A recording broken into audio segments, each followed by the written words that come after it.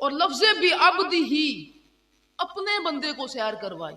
اب یہاں پر مفسرین کرام اس بات کی وضاحت فرماتے ہیں کہ اللہ رب العزت نے یہ عبد کا لفظ استعمال کیوں کیا۔ عبد کا معنی ہوتا ہے بندہ، اللہ رب العزت نے عبد کا لفظ استعمال کیوں کیا؟ اس کی پہلی وجہ یہ ہے کہ جس طرح حضرت سیدنا عیسیٰ علیہ السلام ان کے معجزات کو دیکھ کر ان کے حواریوں نے، ان کے ماننے والوں نے کہا کہ یہ تو خدا ہے یا خدا کا بیٹا ہے۔ میرے مصطفیٰ کریم صلی اللہ علیہ وآلہ وسلم کے پاس تو حضرت عیسیٰ سے بھی بڑھ کر معجزات ہیں، کہیں میرے محبوب کے معجزات دیکھ کر میرے محبوب کی امت انہیں خدا یا خدا کا بیٹا نہ سمجھ لے۔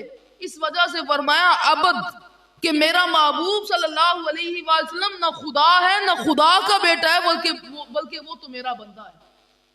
اور اسی لفظ کی دوسری حکمت مفسرین کرام فرماتے ہیں کہ عبد، اللہ رب العزت نے اپنے محبوب پیغمبر محمد الرسول اللہ صلی اللہ علیہ وآلہ وسلم کو جب اپنے پاس بلوایا تو اللہ رب العزت نے حضور علیہ السلام سے فرمایا بیما نشریفو کا یا محمد صلی اللہ علیہ وآلہ وسلم، اے میرے محبوب پیغمبر، آج ہم آپ کو کس لقب سے مشرف فرمائیں، کون سا لقب آپ کے لیے یاد فرمائیں؟